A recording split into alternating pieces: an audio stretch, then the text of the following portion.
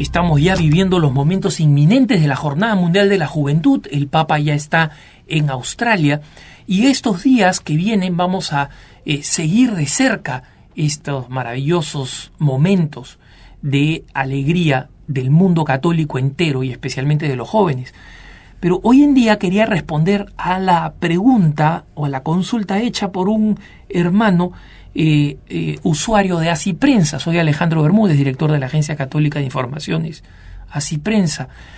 Y este hermano preguntaba qué cosa decir o cómo explicar cuando un sacerdote abandona su ministerio y se vuelve en una causa de escándalo. Es decir, no solamente abandona el ministerio, sino que además se va con una mujer de la parroquia y en algunos casos hasta con una mujer casada. Él se refería a una situación concreta probablemente que está viviendo en su parroquia. La pregunta no sé si tiene respuesta o si tiene una respuesta única.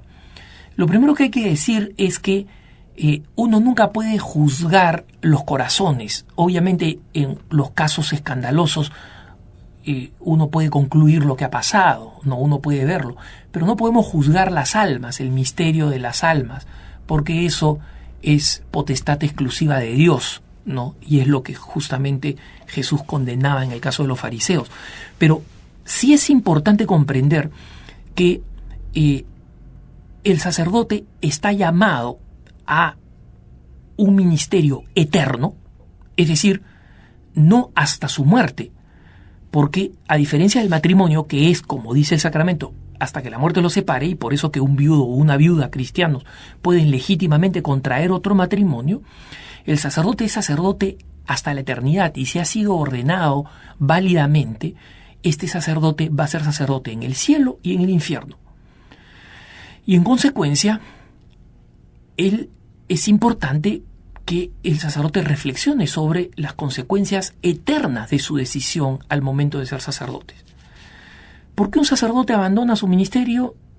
Es un misterio. En algunos casos, minoritarios, minúsculos, diría yo, la persona reconoce que se equivocaron también sus formadores, se equivocó el obispo, y a la hora que fue ordenado sacerdote, fue ordenado cuando el Señor no lo llamaba. Entonces existe un trámite canónico que antes se llamaba reducción al estado laical, que hoy en día se llama simplemente el relevamiento del estado clerical, donde a la persona se le releva de sus compromisos de obediencia y celibato, y también se le suspenden las licencias para ejercer los sacramentos, y esa persona en consecuencia puede adquirir otro estado canónico, se puede casar, por ejemplo, pero va a seguir siendo sacerdote si fue válidamente ordenado.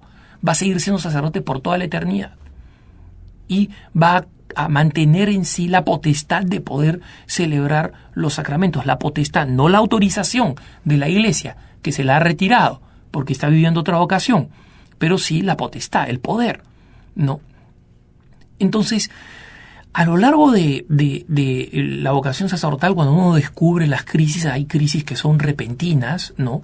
Y que atacan a sacerdotes recién ordenados, y que eso se puede adjudicar perfectamente a una mala formación.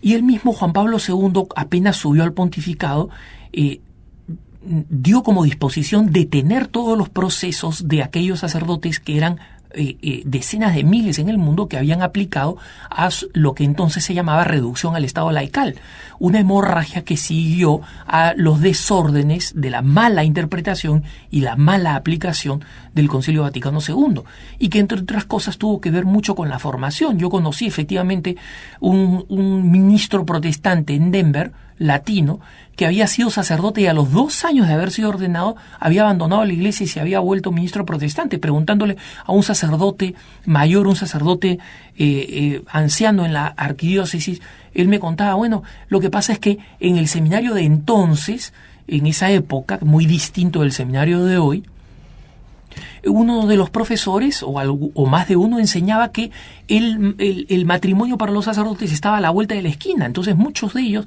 se formaron engañados, ¿no? Y en consecuencia, también la mala formación es una de las causas de la deserción sacerdotal. Pero también existen otras, como puede ser la asedia, que es este proceso paulatino por el cual nos vamos volviendo patos espirituales, ¿no? Han visto ustedes que los patos no se mojan, pueden nadar en el agua, sumergirse, y tienen esta grasa en las plumas que los hacen impermeables.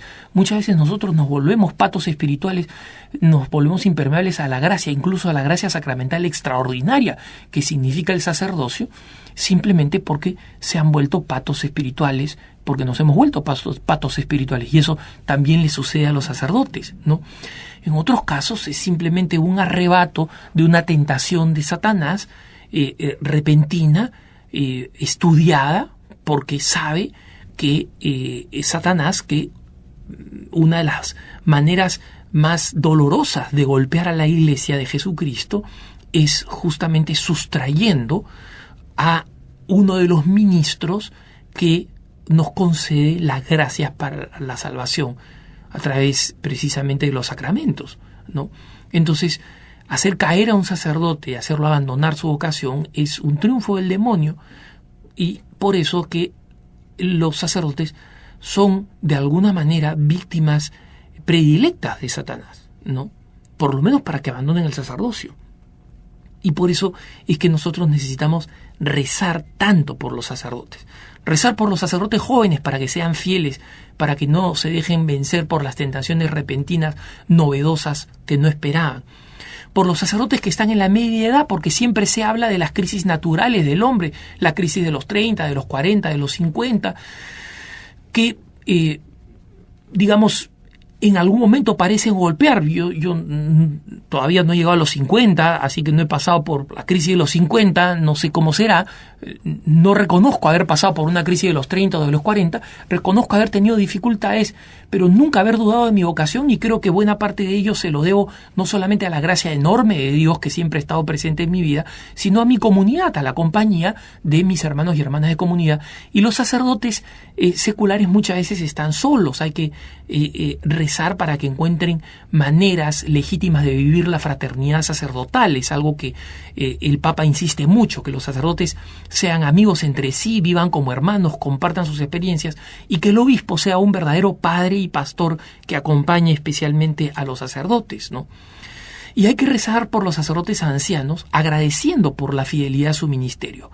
A veces en los sacerdotes ancianos, muchas veces nosotros solamente vemos personas, sí, ya está viejito, es un cascarrabias o tal o cual, y no pensamos que ese sacerdote ha llegado a esa edad siendo fiel a su ministerio, siendo un modelo, con todas sus limitaciones humanas, con todos sus defectos, pero ahí está un verdadero testimonio de fidelidad a su vocación hasta la muerte y hasta después de la muerte.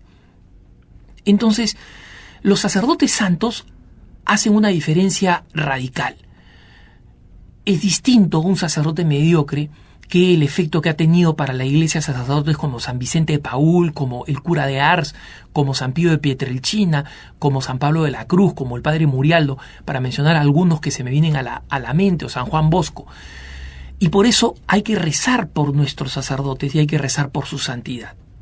Y cuando un sacerdote abandona el sacerdocio, especialmente aquellos sacerdotes que eran carismáticos, populares, queridos, etcétera, etcétera, hay que reconocer simplemente, cuando me preguntan a mí, decirle, mira, simplemente fue tentado y cayó en la tentación, ¿no?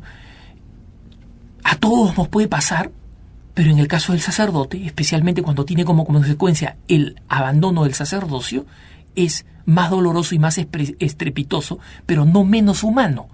Él también es un ser humano, y también es libre, y también es pecador. En consecuencia, hay que rezar por la fidelidad de nuestros sacerdotes. Hay que rezar para que el Señor nos mande más sacerdotes, porque nos falta números de ministros que administren los sacramentos de la salvación. Pero sobre todo hay que pedir que ese número venga acompañado de gracia y de santidad, para que no solamente sean numerosos, sino que sean santos los sacerdotes que vengan a servir a su iglesia. Que tengas un buen día.